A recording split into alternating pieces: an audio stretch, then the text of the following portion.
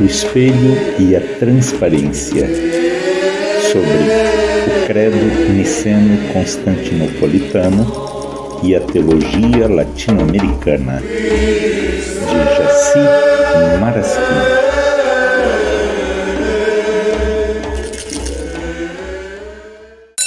Primeira parte.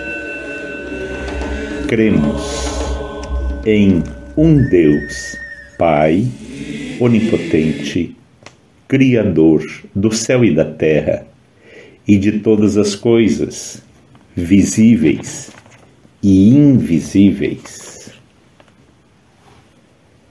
Cremos.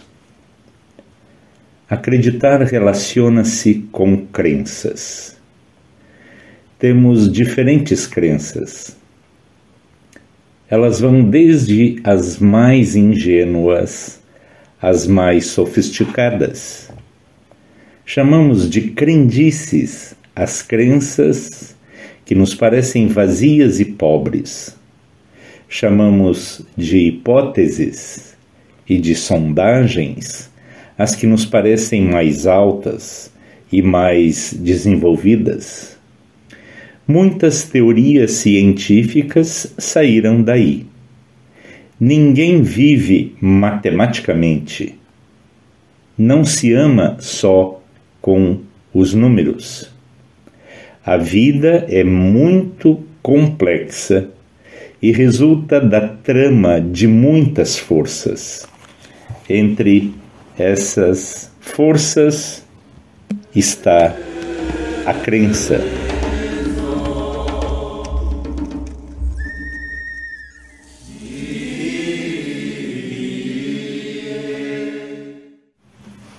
Em. Esta preposição em no credo niceno-constantinopolitano significa que a fé cristã não se contenta em si mesma, como se fosse ela, a fé, a essência da vida e do mundo. Ela é dinâmica, vivida, experimentada e, portanto, transitória. Ela não aparece em nós para nos contentar com sua transcendental graça. Ela está em nós para se dirigir para fora de nós. A fé confessada pelos cristãos não é, pois, introvertida. Ela é um dom de Deus, oferecido a todas as pessoas livremente, dotadas que são da possibilidade de crer pela própria virtude inerente à criatura. É nesse sentido que afirmamos a objetividade da fé.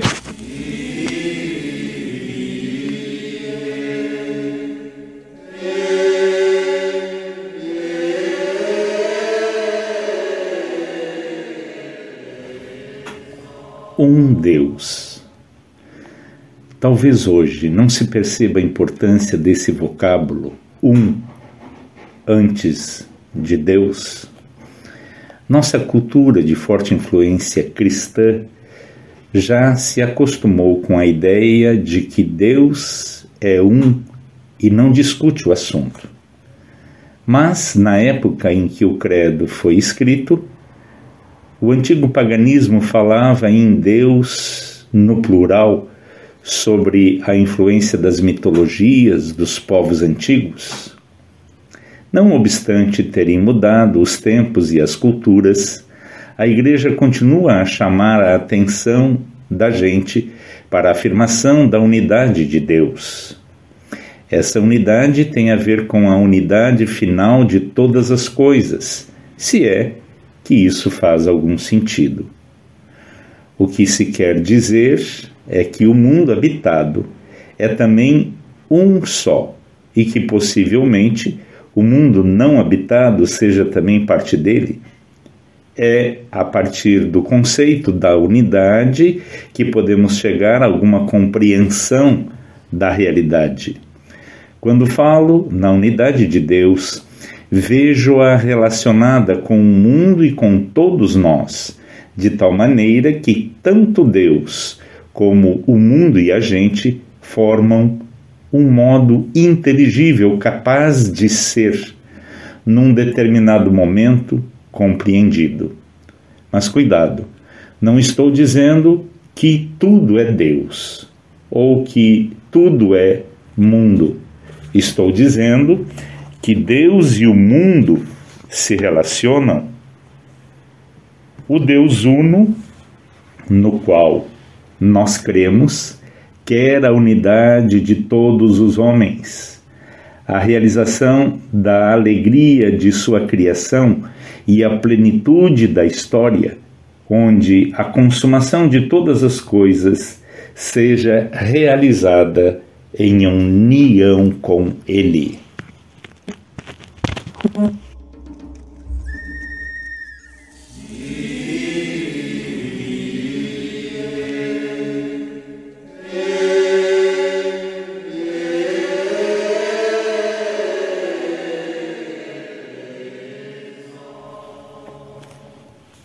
Pai, por que será que a Igreja que confessou Deus como ser transcendental e abstrato, logo em seguida, como se estivesse arrependida de tanto distanciamento, chama-o de Pai, sem qualquer esforço de transição ou de preparação? Jesus de Nazaré chamou-o de Pai Nosso, numa oração que se tornou universal.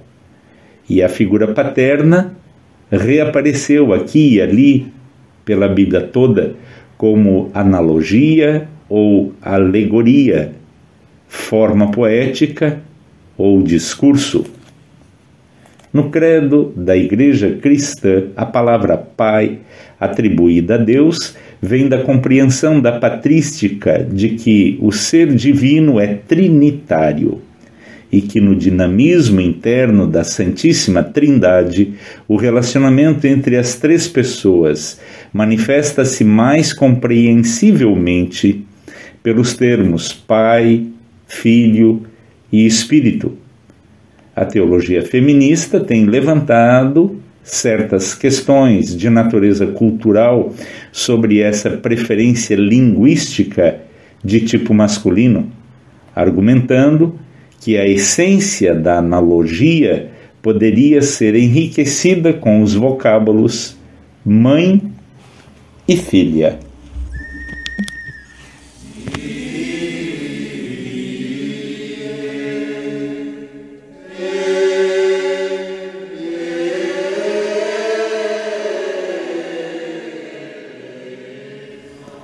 Onipotente, esse Deus Pai, no qual cremos, representado pela ternura de um relacionamento cheio de amor para conosco, é também onipotente.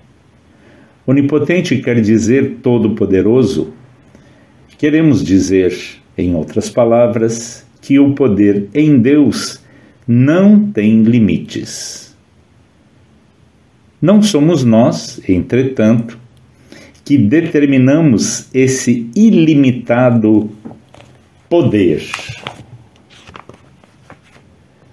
A confissão da fé num Deus todo-poderoso traz à nossa existência a possibilidade da crítica ao exercício do poder enquanto forma de dominação e de opressão. A atribuição do poder todo a Deus, visível nas relações internas da Trindade e nas relações externas reveladas na pessoa de Jesus Cristo, faz desse poder divino, voltado para a criação e, portanto, para a vida, a base para o julgamento de todos os exercícios de poder na história humana. Deus Todo-Poderoso não é um personagem histórico. Esse Todo-Poderoso que atribuímos a Deus não é um ser, como falamos de ser nos domínios da ontologia. É uma revelação. Essa revelação emana de seu próprio ser e nós somos envolvidos por ela na experiência da vida, tanto orgânica como inorgânica. Ela nos ensina que o poder depende dele.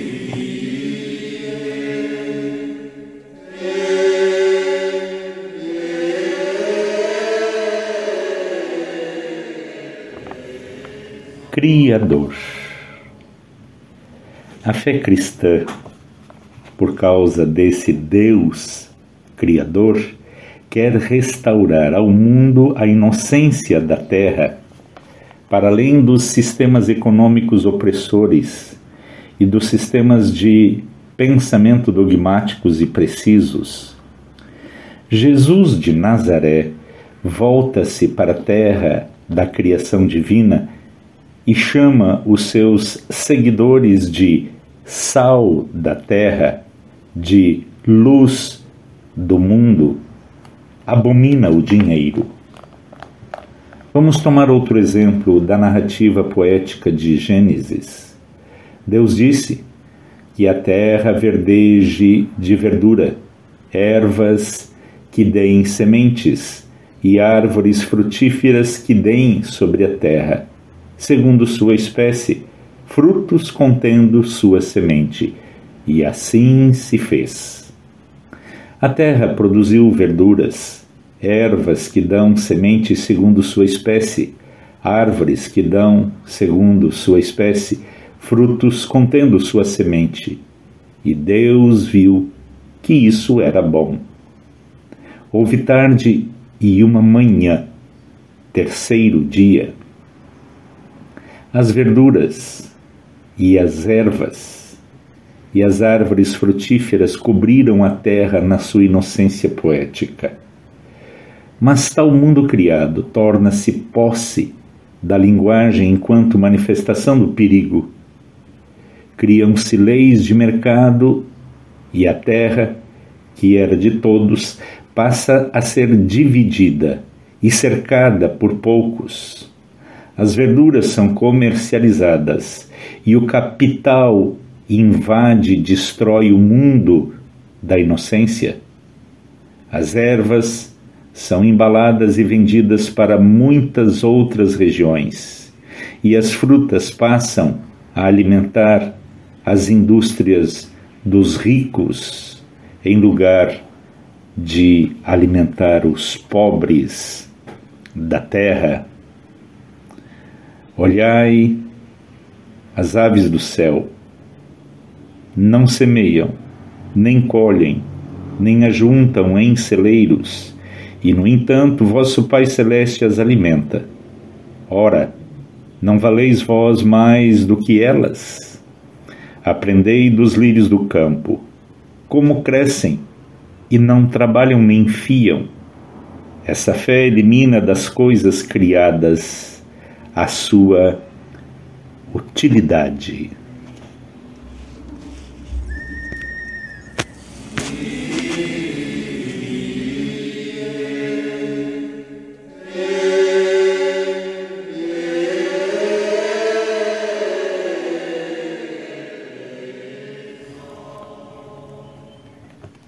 Do céu. O Deus no qual nós cremos é Criador do céu e da terra. O céu sempre exerceu um fascínio sobre nós. O céu foi dessacralizado. Em lugar da antiga habitação de Deus, passou a ser a habitação do homem. O céu foi invadido por milhares de artefatos humanos. As dimensões da vida na Terra foram ampliadas e começamos a nos comunicar de maneira mais rápida e mais eficiente. Entretanto, ao destronarmos Deus não entronizamos o homem, mas o poder de alguns. Não somos nós, seres humanos, os dominadores do céu. São as grandes potências para benefício de seu próprio poderio e dos poderosos que aí habitam. O céu tomado por estrelas falsas, que são os satélites e as sondas, cerca a Terra de perigosa rede de poder bélico que ameaça a paz. A diabólica concepção de uma guerra nas estrelas passa a ser admitida serenamente por uma das grandes potências do Ocidente como programa a ser votado no Congresso e a ser financiado pelo povo. A Igreja, ao confessar a fé em Deus Criador do céu e da terra, confessa e protesta. Quer reivindicar, juntamente com o Criador, a pertença desse céu à vida. Não quer que ele seja o novo espaço da morte. Ela quer ver ainda a beleza do céu e quer ainda render louvores ao Criador. A fé no Deus Criador do céu contempla-se na adoração e se expressa na liturgia. A fé bem sabe que esse céu pode ser destruído, mas sabe também que haverá um novo céu e uma nova terra.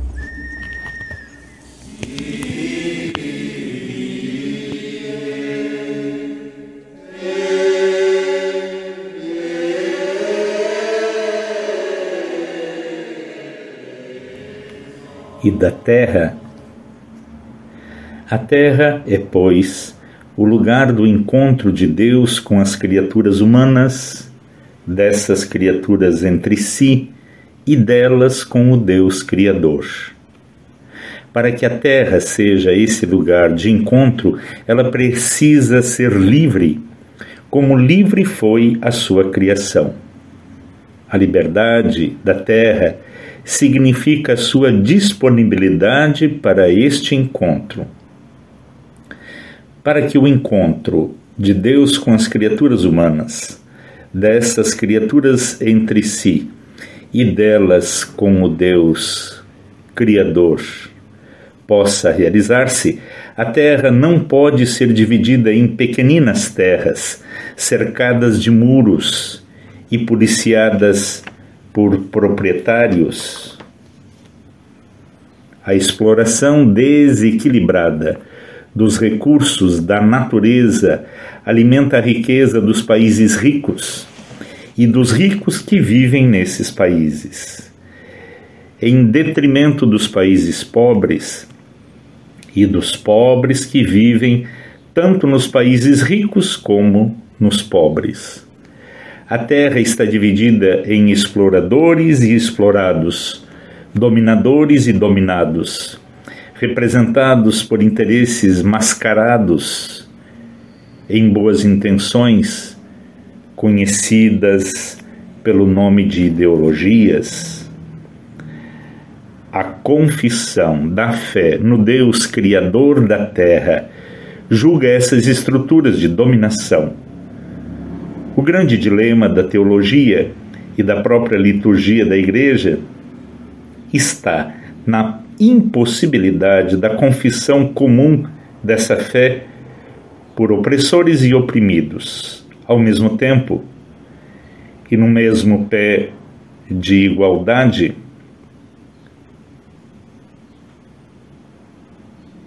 Talvez esta terra tenha de ser confundida e destruída, como aconteceu com a Torre de Babel, mas é também provável que Deus levante o seu braço e suscite profetas no meio das pedras.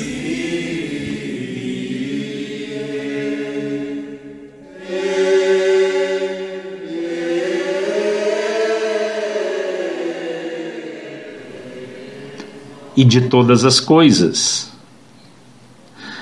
A confissão da fé no Deus Criador de todas as coisas chama a nossa atenção para a intenção divina a respeito das coisas.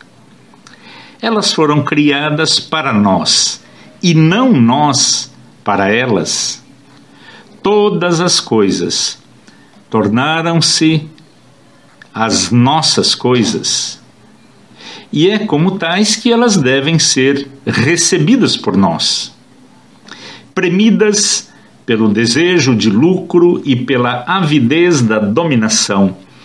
As sociedades industrializadas transformaram as coisas em dinheiro e fizeram do dinheiro o seu ídolo. Nestas sociedades idólatras, convém que os pobres sejam pobres e assim permaneçam, para que os ricos possam continuar sendo ricos sem ameaça da revolução.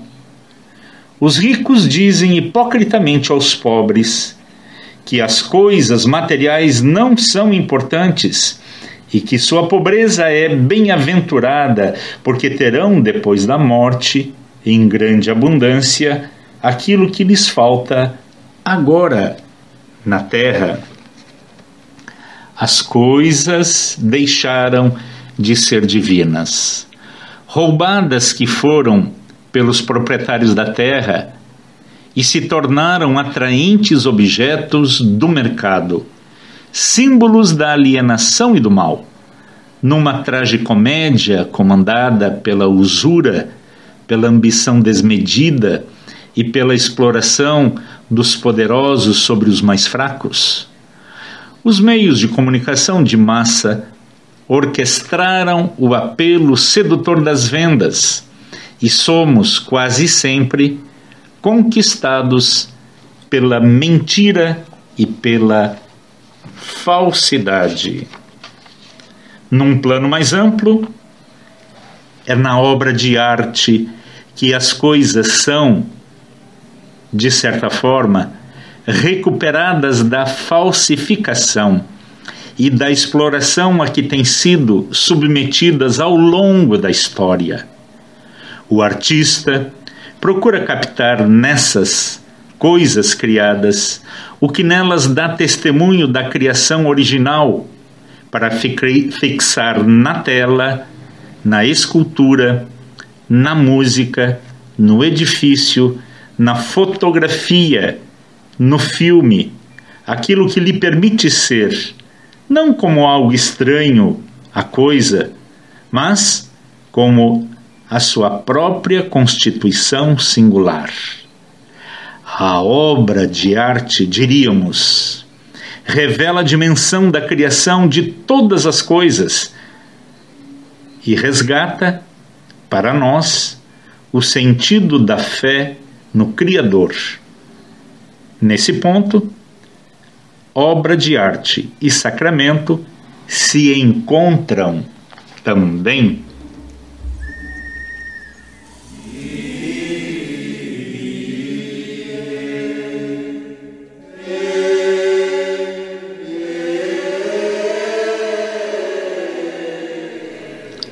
Visível. A confissão da fé no Deus Criador das coisas visíveis nos ajuda a desmascarar o mundo que os interesses de classe e de dominação insistem em ocultar ou mascarar. O disfarce é o desejo de tornar invisível o que se oculta. É a negação da criação divina. O desocultamento das coisas visíveis faz parte da missão profética da teologia. A visibilidade dessas coisas é a sua verdade. Está nessa qualidade da matéria a possibilidade da revelação. A fé cristã denuncia o ocultamento das coisas visíveis e traz à tona os motivos que levam países, sociedades e grupos humanos a agir dessa maneira. O ocultamento das coisas visíveis está a serviço de interesses que também se ocultam para que, em seu lugar, apareçam motivos e explicações aparentemente verdadeiros. Tal ocultamento promove a injustiça e a opressão. O desocultamento das coisas visíveis promove a libertação.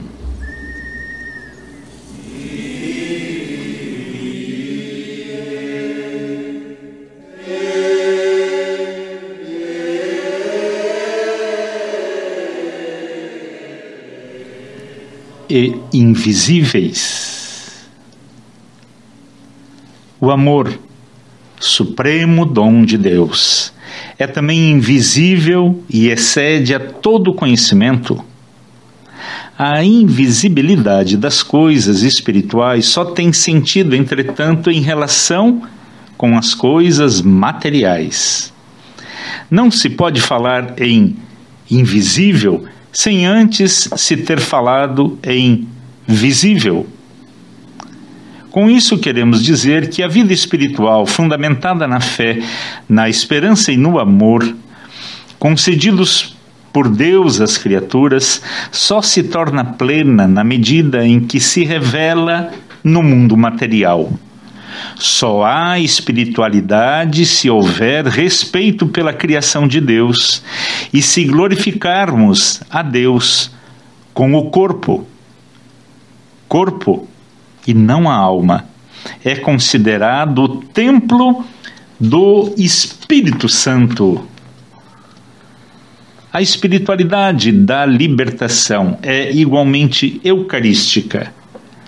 A vida espiritual é litúrgica por excelência, mas não faz da Eucaristia um ritual mágico, sem relação direta com a fome e com a sede dos pobres. É aí, precisamente, que a espiritualidade se transfigura em materialidade, e o pão e o vinho, consagrados e transformados em corpo e sangue de Cristo, nos alimentam a fim de que tenhamos força e ânimo para alimentar os que precisam de pão e de vinho. Essa refeição proclamaria até o final dos tempos a dignidade da criação material e atestaria para sempre que não existe dicotomia irreconciliável entre o material e o espiritual, entre o visível e o invisível, porque Deus, invisível, se fizera visível em Jesus. Sua vida se tornara concreta. Porém, tal espiritualidade exige o novo nascimento.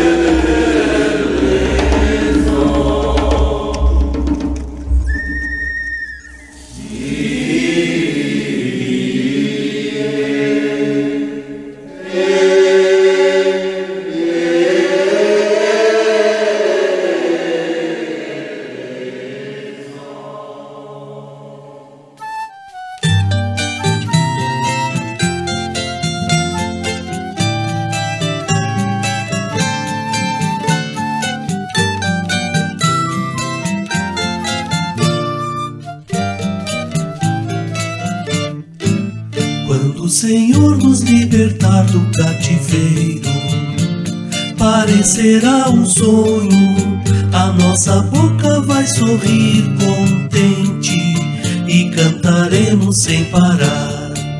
Quando o Senhor nos restaurar, enfim, a aurora, parecerá um sonho, as nossas mãos vão se encontrar felizes e a liberdade vão firmar.